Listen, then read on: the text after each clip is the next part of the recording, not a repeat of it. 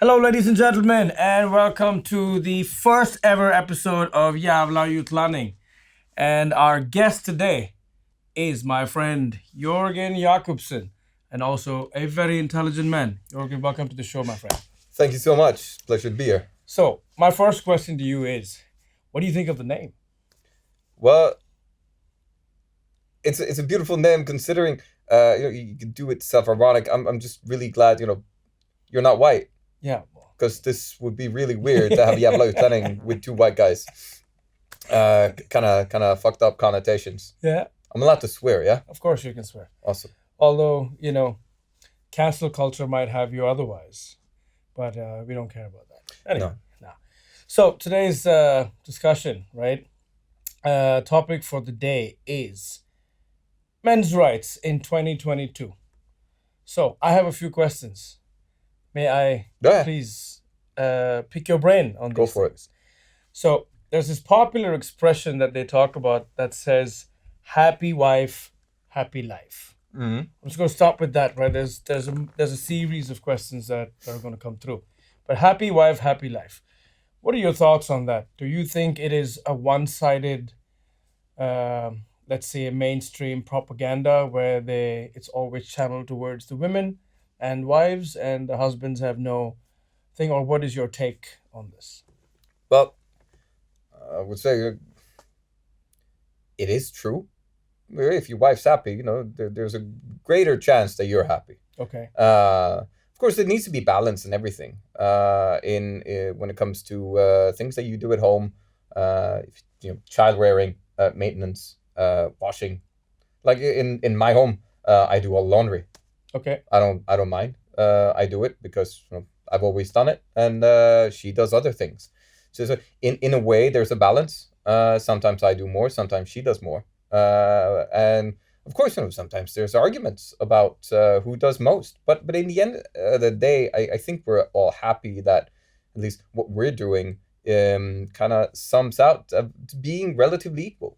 Okay. Statistics show something completely different, but it's getting closer to men doing not the same amount as what they call unpaid labor. Yeah. But it's getting there. But if there's one thing that men do most, it's that it's maintenance, like the heavy duty maintenance of the house. Handyman in the house. Yeah, and that's fine. Yeah, I don't mind doing it. Yeah. And she doesn't mind me doing it.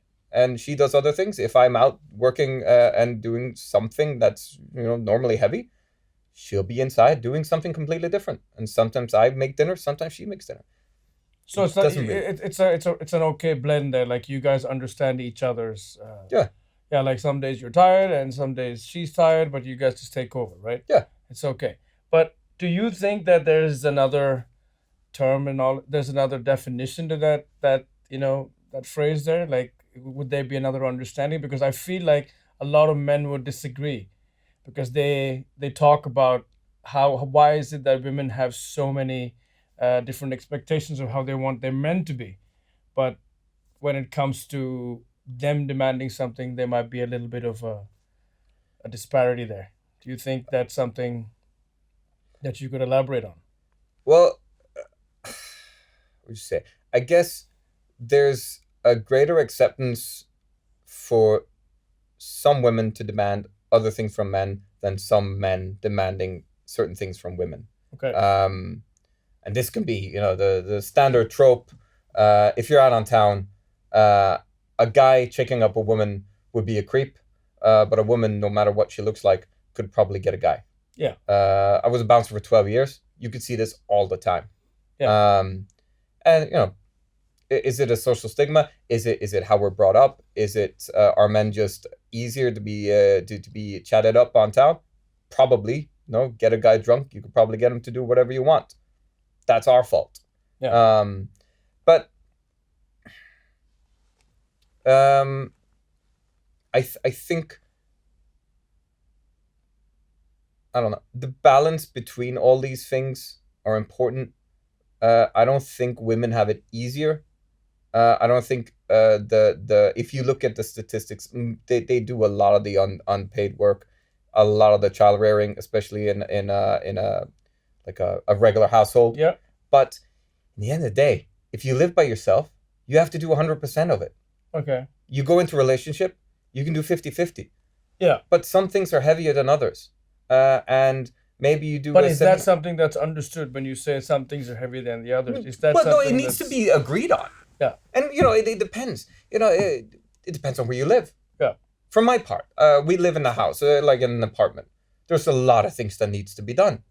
And there is an acceptance in our relationship for this.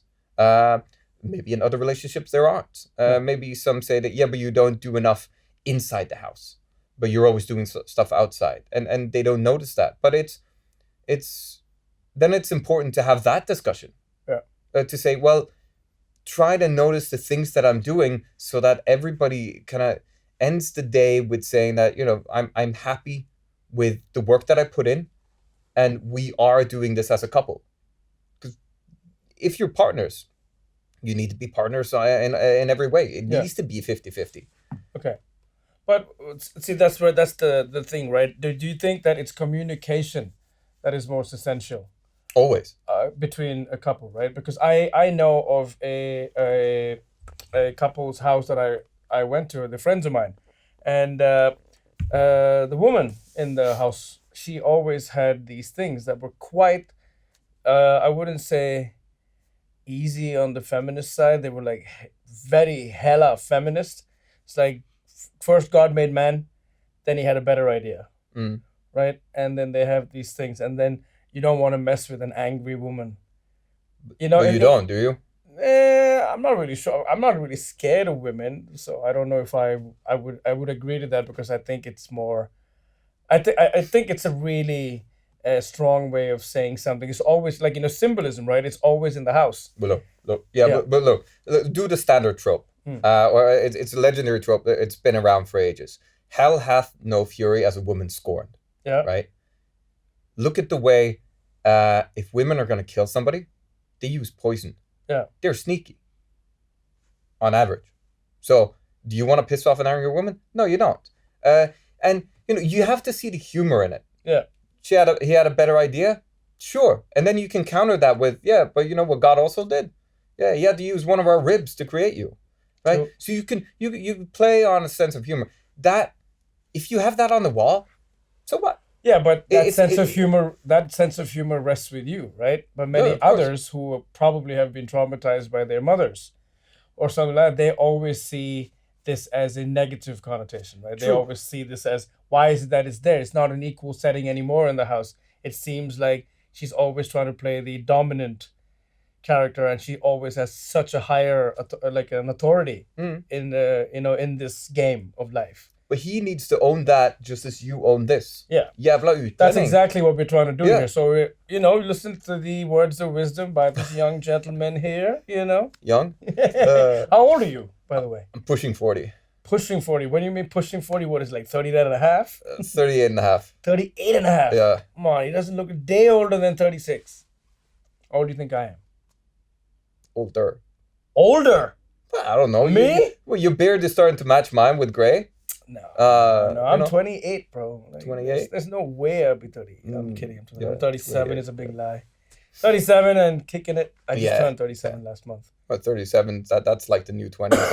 Is it the new 20? Yeah, I think so. I wish it was. Yeah. It's what I tell myself every morning. Yeah? Yeah. That's your 20? Every time my back starts aching up, it's like, it was the same when I was 20. It's okay. But anyway, so it's basically how the man has to move forward. That's what you're saying. Well, think shit changed. Yeah.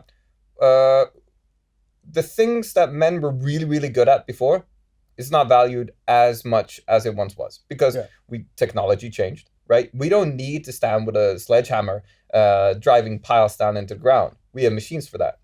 We have machines for practically everything that was once a guy thing to do.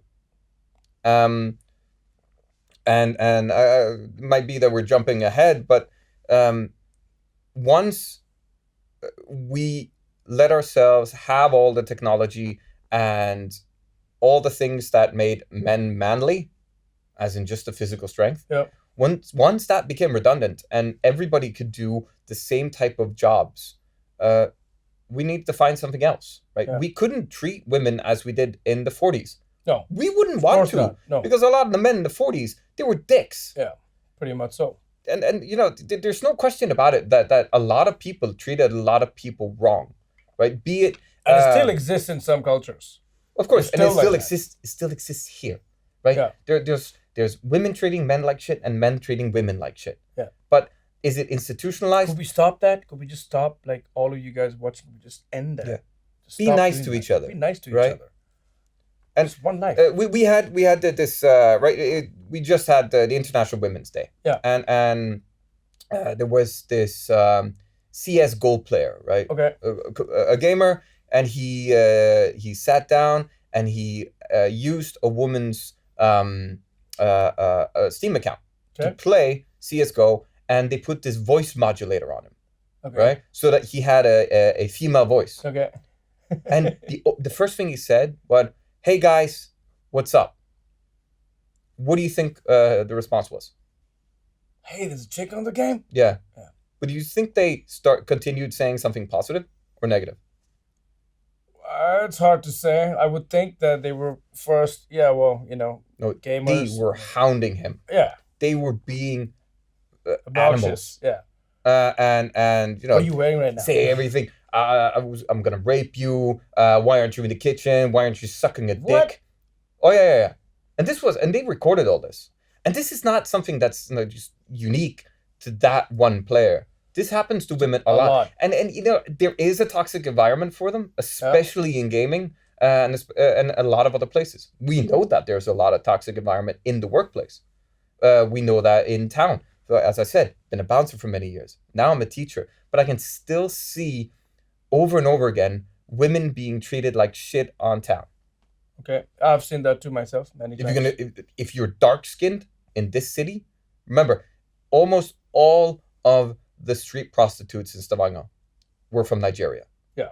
If you looked like you were from Nigeria and you walked alone, they would think that you're a hooker and try to, And they would solicit that, and they would jump on that so often. I heard that from a lot of my friends, and this annoyed the shit out of me. So do we know that there's a lot of dickheads out there? Yes. Yes.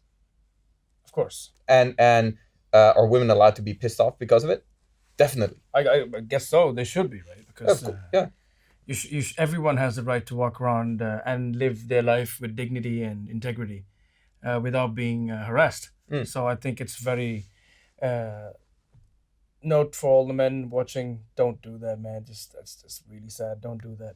But I can also understand, like, I remember like this double standard that you're alluding to. I was working in a bar one night and this woman groped my ass. Yeah. And I looked at her and I said, "Why'd you do that?" "Oh, you liked it." And I was like, "But if the tables were turned, it would be a different. Would you like it?" Yeah. And so that's not the same. And it's like, in one way, it is. In another way, it isn't. I am physically able to stop that woman from doing this. Yeah. She would not be physically able to stop me. No. So it is scarier for her than it is for me. But it still doesn't make it right. That's the thing, right? Now, see, I understand where you're coming from and what you say, and I 100% agree with you.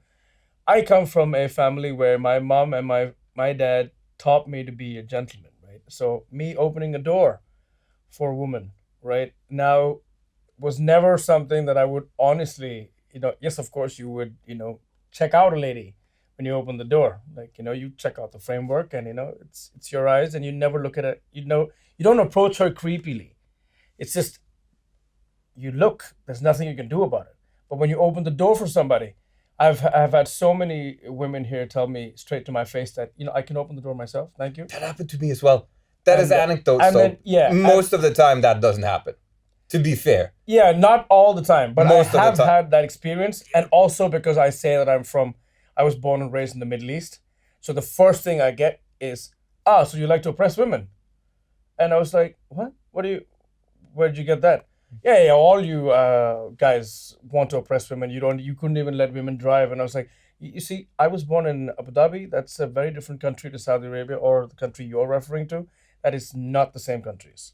Women actually are very protected in Abu Dhabi. and in Dubai and the whole of the UAE, if they scream, it's game over for a guy, unless it's proven otherwise. So I was raised to respect women like that. But when you are constantly, I've had many instances where a woman walks up to me, and then the minute I say that, they're like, I went to a show. I'm not going to say where because, it was, yeah, just don't want to talk about where the show was. I went to this place, and this older gentleman walked into the bar. He was sitting right there, right next to me, and they asked, where you from? And I said, I'm from Dubai. Be careful. Don't steal anything from him, or don't go close to him because maybe he'll rape you, and or he will chop your hand off if you stole something from him. And I was like, this is coming from a man, right? This is coming from another man sitting in front of me. So I was just like, I could engage and ask questions about it because it really annoyed me that he said that, and he started making it uncomfortable. It was the women who actually stood up for me, and they were like, stop, just shut up and leave. No one cares what you have to say, right? So it's a double-ended sword there in every ways. So I don't see why. I find Norwegian women very, very strong and very charismatic. But I've also heard women come up to me and say, you don't need to buy me a drink if you're just trying to hit on me and take me home. I was just like, I just buy you a drink because I thought it's a nice gesture that, we are talking and I buy the first round and I'm expecting you to buy the second round. Okay, I wasn't expecting me to be sitting here. Although I have met other women who are really good at sitting at the table, freeloading, and then saying, I have to go home now. I'm really tired. And I've had arguments with women who say that, like, some of my friends are like, no, the girl's got to put out, man.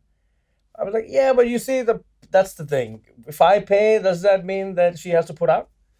What are your thoughts on that? No, I remember this this old YouTube clip where there's a guy standing in front of a lot of women asking that, like, or there's women in the crowd asking, when is it okay to demand? How long out in the relationship is it you need to be before the man should always pay for the dinner? Yeah, something like that. And he just laughs and he says, well, when is it okay for him to demand that you have sex with him? He asked kind of flippantly, right? Yeah. And she was like, oh, never. It's like, no, but he's paying for your time, or she's paying, like, so it needs to be reciprocated. It needs to be a balance, right? And sometimes somebody makes more money. So say if you make $1 million a year and I make 400,000 a year, and we're out and you're saying, I really want to go to this expensive restaurant, but you want me to tag along. I say, well, I can't because I don't make enough money. So I want to pay my share, but it's not going to be the same amount as you do. But if you make relatively the same amount of money, you buy one beer, I buy one beer. Yeah. Right? The same in a relationship. His point was, you should treat your partner as you would your best friend. Yeah. And if we're out on town, we pay equally. Okay. You buy one shot, I buy one shot, right? You buy dinner once, I'll buy dinner once. And in the long run, that will sum out to somewhat of a 50-50 split. Yeah. But in this time and age, it would be a 50-50, right? Yeah. Because I would pay, if a woman had to ask me out, that means you're paying because you asked me out. That would be my logic. I would ask, split the bill.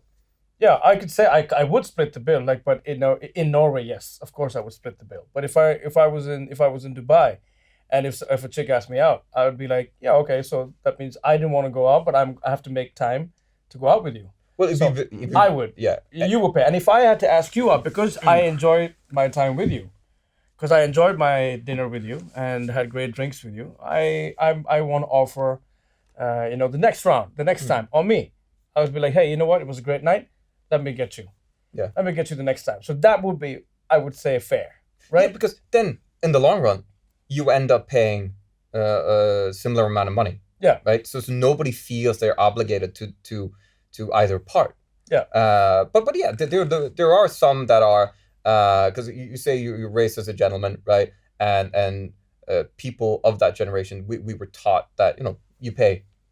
Yeah, you pay. The man you pays, always offer, right? You always offer, but But in my today, case, it's backfired a few times because if I pay and then they're like, and then if I ask, "Hey, do you want to get another drink?" It's like, "What do you think I'm going to go home with you tonight?" I was like, "No, I didn't say that." well, it's happened to me too. But then again, you say no. Well, I'm for one, I'm right now I'm married, so then I can still buy a woman a drink. Yes, happily most of the time. Whoa! Cut that. He did not say that. He did not say that. No, but just so if I'm out on something and I meet somebody and say, hey, you want a drink? If I'm standing in the bar and I'm in the queue, yes, that kind of also means buy me another. If you don't, I'm not gonna buy you a second. Yeah. Well, But that would be. But that could be. I could buy you a beer, Yeah. and I can buy a woman a beer. For me, that would be the same. Yeah. Well, that's what I'm saying. Like when you talk equality, right? Mm. Because I see that most of my friends complain about this, saying that every time they take girls out, especially in Dubai, there's like they always end up spending, and also these are the nice guys, right? They have these nice guys with money. Yeah, but you only do that once with that person. But you can't judge the next person you take on town because of what happened. Exactly. Because it is a completely different person. But I can understand why women say, I'm not going to bed with you. Yeah. Because for a lot of them, they met a lot of jackasses. Of course. So it doesn't come as a surprise that a woman like, oh, you want a drink? Like, I'm not going to have sex with you. That's the first thing that they say. No. Not a surprise at all. No. I think it's sad that is the reality.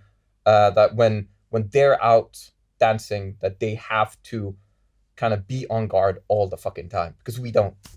This is true. This is true. This is 100% true.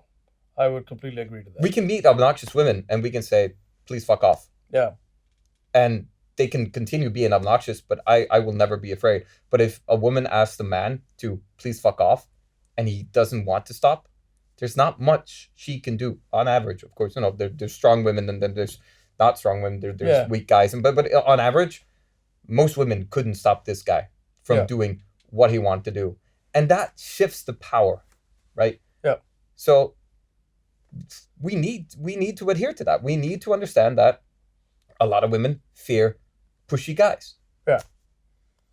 All right. So best behavior for the men, all men. Petty, that's also goes for you. Yeah. Tony, what do you think? What do you think about the whole men's women being threatened by men? It really depends on the situation. Yeah, I would completely agree. It's a very subjective matter. But anyway, do you know when Men's Day is in the world? I have no idea. No. Jørgen, do you know? Do you know? Men's Day? Paley's sitting in the studio too, by the way, guys. Yeah. He's just not on camera. Yeah. And we're trying to make it less awkward for him. No, Paley, do you know? No, I don't. No. So some say it's every Monday, and some say it's every day, just not the 8th of March. But it's the 19th of November. It's the 19th of November, but not officially. Was my suggestion, but Yeah. But it's 19th of November, but not officially. Well, it's when it's the International Day. The International Women's Day started before at some point as well on the 8th of March, and that was ratified by the UN at some point. Yeah. But it's not ratified by the UN. But then again, the UN has days for everything. Okay. So they should ratify this because there's a day that could be dedicated to talking about issues that affect especially men. Yeah. Just as such as what we talked about earlier, suicide. Suicide is mostly attempted by. Well, you have women. There is a higher degree of women that on suicide attempts, but successful suicides are primarily men. Most hard labor is men. Yes, all of the work-related deaths, I can only talk about Norway on this, but all work-related deaths for the last, I think, 20 years have been men. Yeah. There might be one or two women, but in the last time I checked the statistics, all men. Yeah. And homelessness. I don't have numbers for that, but I know that there's a lot. I couldn't say on homelessness. We don't know that yet. But I would say, I would always refer to Jordan Peterson. He's he seems to be a pretty strong cat when it comes to talking about these things. What are your thoughts about Jordan Peterson? Jordan Peterson needs to fix his own issues before he starts talking about everybody else's. Yeah. He has a lot going on in his life. I read his book, and that was probably the worst self-help book I've read. Okay. But he has some things, of course. Some things he says are pretty true, at least in that side, on that side of the world, right? In the army, we learned, clean up your room. Yeah. Right. And stretch your bed. He says the same thing. There are simple logics to a lot of the things he says, but I wouldn't use Jordan Peterson as a go-to reference for I don't see him as a go-to reference. I just feel like what he says is really like there's a way. It could be a marketing strategy. It could be a way the way he speaks or his vocabulary is like it's fantastic. Like he just really goes around words and he knows how to just keep going in a loop. He just throws you in a loop while you listen to him. But there seems to be places where a lot of men actually resonate with him. Of course. Just because they feel like, it seems to be the current situation in the world is dominated by women because women seem to be doing a lot of things that could really just put a man out of business in any way. Look, two things. The pill and kindergartens. Yeah. When those two things came, and women got the right to work and to get an education, of course they dominated. Yeah. They exploded on the workforce with a passion. Remember, during the Second World War, women were finally used in heavy labor. Yeah. Doing munitions. And men that have been raised to believe that they could only do household work suddenly saw they can do the exact same things we can. Yeah. And now, they dominate in practically every field. Yeah, not saying that's a bad thing at all. No, it's a I don't begrudge positive them thing, that. and I'm 100% championing that. So the question is, what should we do? And alluding back to the things that we're talking about, our physical strength is not our greatest strength anymore. No. We need to play on a different field. Yeah. And what Jordan Peterson is talking about often is to regress back to a society where you had a dominant and subdominant structure. Okay. He's talking about that family life where women were home. We're way past that. But do you believe that a woman can turn a house into a home? Anybody can. Two gay guys can turn a house into a home. That is true. Now, wow. So it doesn't have to be a woman. I can turn my house into a home by living there by myself. A dog can create a sense house, of home. A sense of home. For me, I call me old-fashioned, but I really think that a woman has a way. There's something about that energy. Well, you can have. But it's not that she's a woman. No, but the way she's like, I'm clean, right? I'm a clean person. I like to clean my own stuff. I like to make my own bed. I don't like to leave my house in a mess. And I have a little bit of an OCD issue with things like I like my stuff kept in boxes, and I have a system. But it always seems so much better when a woman does it. Like when she comes in, there's something about it. The way she cleans, the house smells different. There's something about the way she does things that makes everything feel so much better. Ladies and gentlemen, please follow us on Instagram at Jævla Utlending and on Facebook at Jævla Utlending. We are also going to create a TikTok page. And I'll have to really check with myself how many more social media platforms I can personally be on. But anyways, on a positive note, we are a podcast of acceptance. Follow us and stay tuned.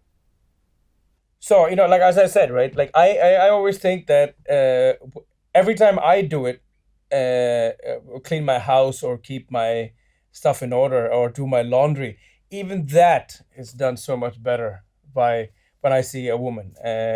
When I see a woman do it. But you're giving all women. Yeah. No, not all of them. Yeah, but that's some of it. But you're saying women, as in they're all in a homogenous group. That no matter what woman would come in, that would make it all better. No, not exactly. Yeah. No, but I see what you're saying. Yeah, because it depends on the woman, right? So you could have, you could live in a household with 10 guys. Yeah. And it could be the cleanest place House ever. you've ever probably Probably seen. not Yeah. going to happen. No. But, you know, if you have an artistic guy, you know, really in touch with his feminine side, really knows how to, you know, you a lot of plants, a lot of things, a lot of, you know, Hello, everybody. do all that stuff, It's me. Hello. that would be, you know, that would work. And then you could have a household with 10 women and nothing would work. Yeah. Right? So it's not just introducing a woman, is it, or introducing a guy, it's introducing the right type of element into your home, Yeah, exactly. which creates a home. And that could be a flatmate that creates something. But yes, no matter who comes in, things change. My apartment now, after I met my wife, so much nicer. Yeah. Didn't have to be, but it is. If I live by myself, I'm very utilitarian. Okay. Things doesn't need to look nice, it needs to function. Yeah. For me, things have a function. And for my wife, things also need to look nice. Yeah, it's a state of mind also. Like, Mm. you know, when you see a nice home and stuff like that. She's You very always- tidy, right? yeah. So the kitchen can be messy for me. It needs to be clean, but it can be messy. She doesn't like it messy. No. And I love that because that makes me want to change to make it less clutter Yeah. all over the place, right? I try to be better. Of course, she when I really try, is not always good enough. No. Which is fair enough Yeah. because she has her standards. For me, I have mine. Yeah. So I try to be better, and she tries to maybe relax a bit on what she says is good enough. Yeah, but so it's a good relationship there. But it comes back to what we talked about Yeah. in the beginning. It comes back to balance, right? Exactly. Because if you go into a relationship and say, I like it like this, and the other person, be it man, woman, whatever, says, I like it like that, and one needs to change completely and the other one doesn't change at all, Yeah. that's not balance. No, that's just you, That's assimilation. Yeah, exactly. So you're just enforcing a particular construct that you believe is the essential way of life that doesn't fit another person's mold, right? But that's exactly what I said. I always believe in moderation being the key and communication being the key of everything, right? And my other question that I had to ask you regarding, since we talked about equal rights and equality in all fronts, where is medical research for, you know, let's just say, because we talked about earlier, cancer. Yeah. Medical research and the championing and the amount of money that is being pushed into campaigns. Well, again, as with everything, women are better at campaigning. Yeah. They've been better at voicing their complaints, not because they're nagging, but because they're really good at it. Yeah.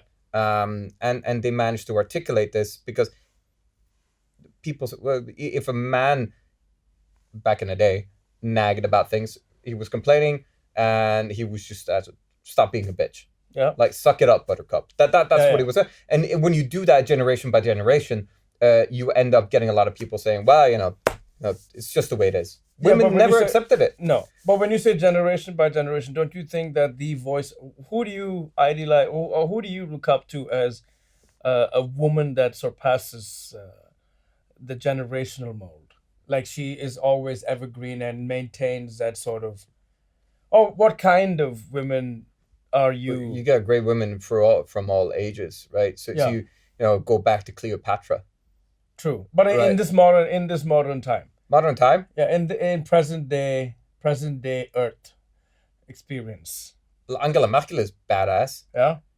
right? You got some of the greatest government leaders. Anna Solberg has done a lot of good. Yeah, And you have a lot of really, if you look at politics, you have a lot of great female well, leaders. I'm not talking about politics. I get the politics part, but you see, politicians are also somehow showbiz people because Yeah, they but- eventually end up being in the showbiz. Yeah, or but to somewhere. be able to get up there, yeah, you it's have a to be. loophole. It's the eye on the needle is really small. Yeah. And you have to compete against a lot of people. Yeah. So I get what you're saying, but to get in top of politics, become the prime minister or the leader of a No, political that party. is definitely the case. But I wasn't really looking at politics. I'm an entertainer and a musician, right? So there seems to be like as of course every child or different groups of kids have different people they idolize to grow up, right? So as me, I grew up watching more musicians and artists and people who are creative in the creative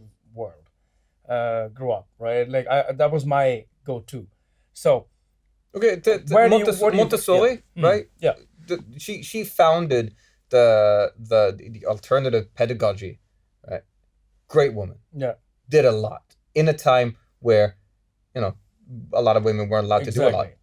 Marie Curie, because of her, like she ended up getting cancer all over her body because of her research in uranium. Yeah, Right. So women like that, they're awesome. yeah, And I am in awe of what they managed to do, not because of that they're women, but because they were really good at what they did. yeah, Right.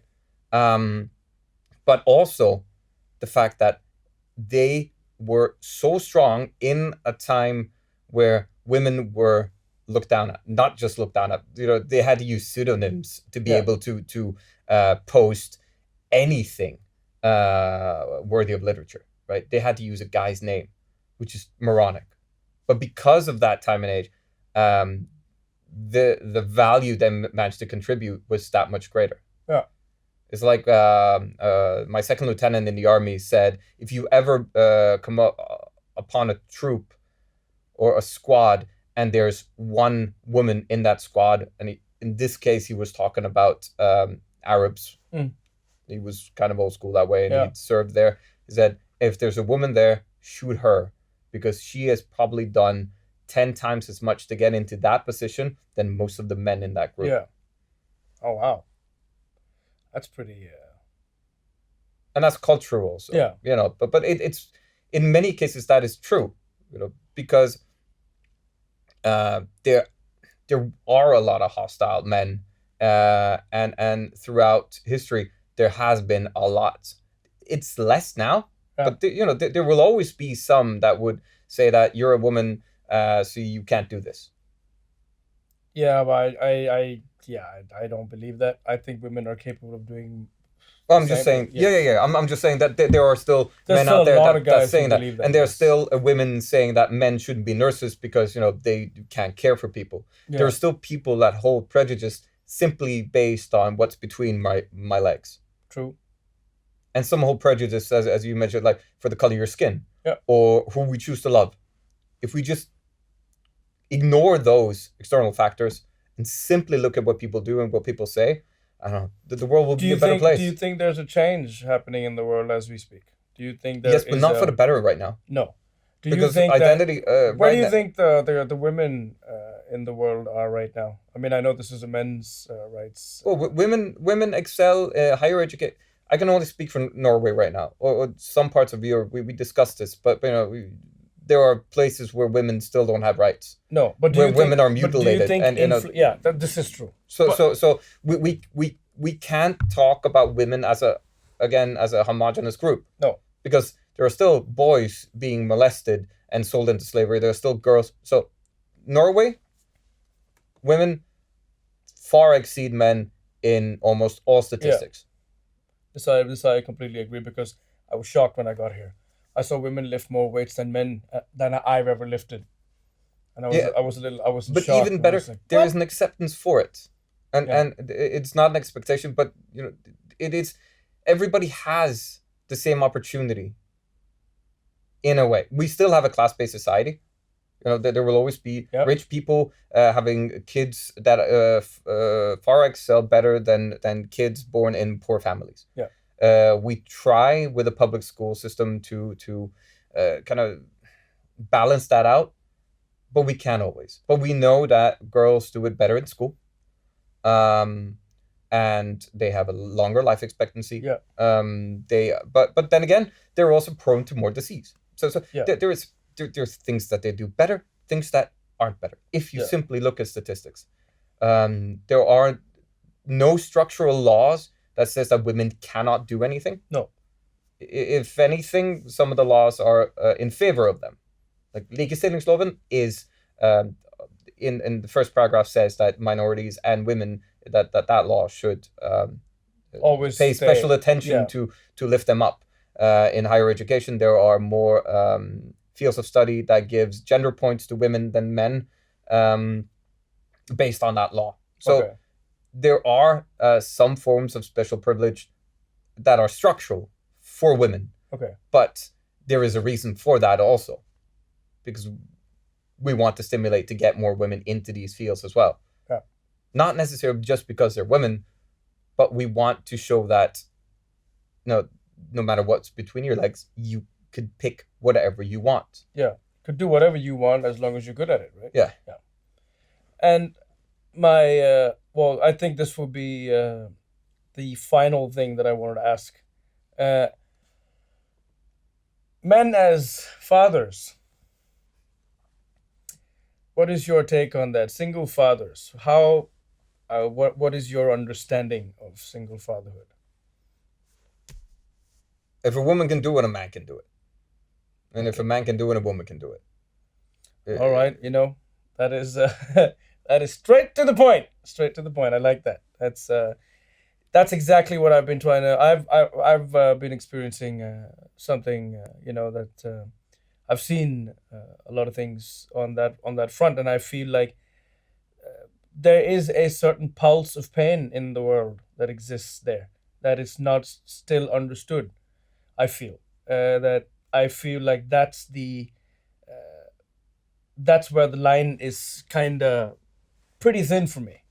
Like it's a really fragile line there, because I feel like men are also really good at being fathers. At least 34%, if I'm not mistaken. I think the statistics were men hang out more.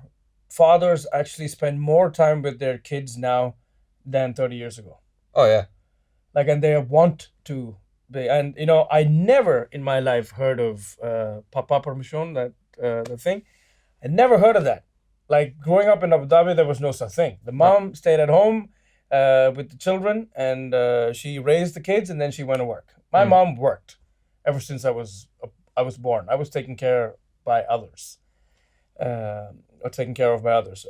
My dad was never at home. There was this man who was always out on the road and always doing a lot of things, and a workaholic. And I seem to have gotten that gene, the workaholic gene. Can't take a break.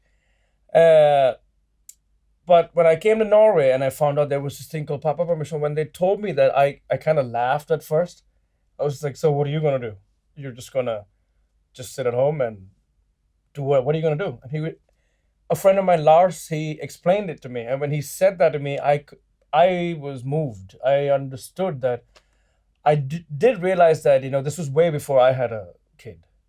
And I'm glad he told me that, because when I listened to that, I understood how strong a father's influence is in that child's life, regardless of whether it's a boy or a girl, right?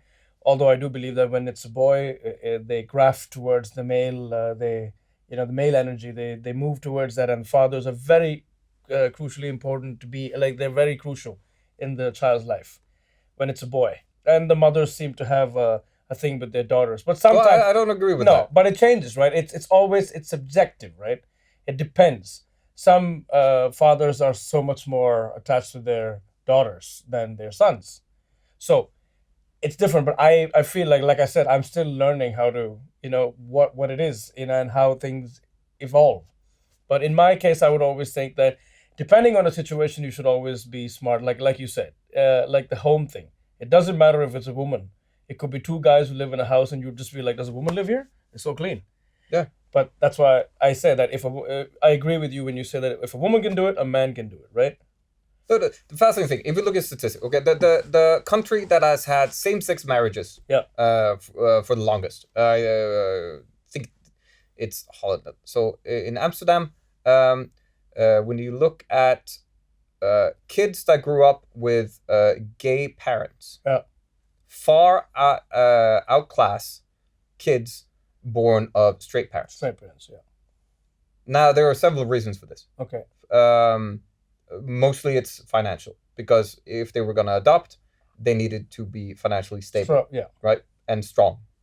So there's nothing wrong with gay or lesbian having a kid. Yeah, of course not. What we're talking about is when it comes to laws and when it comes to where a kid should be, it's not necessarily that's a single parent thing. Right now, if you're a guy, you're in a relationship, lady gets pregnant, and you split up. I don't have the exact numbers, but most lawyers say there's no point in fighting. Yeah. Because that kid's going to go with the mother. Mm-hmm. In almost every case. The rule, in my opinion, it should be that you strive to have 50-50.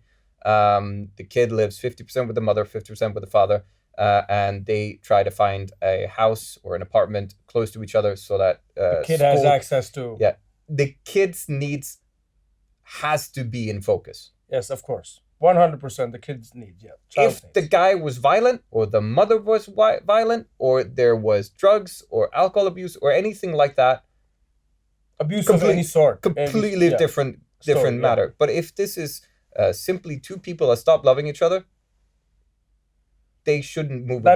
That isn't the fault of the kid. No, the kid's got to have both parents, right? Mm. Because it takes two for the child's world to be complete. Look, if communication was key in a relationship, it is even more key when you're out of the relationship. When you're out of the relationship, exactly. Especially when you have a kid. Yeah. If you don't have a kid, you don't need to talk to your ex anymore.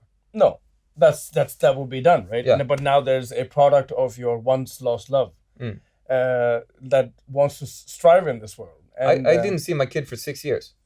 Yeah, I know, and I've heard that story. You told me that, and it really pains me to hear that. But I can only imagine. And you said that you would never wish that on your worst enemy. No, and I would never too. I would never wish for that on my worst enemy. But that is a pain that I wouldn't even dwell into it because I don't.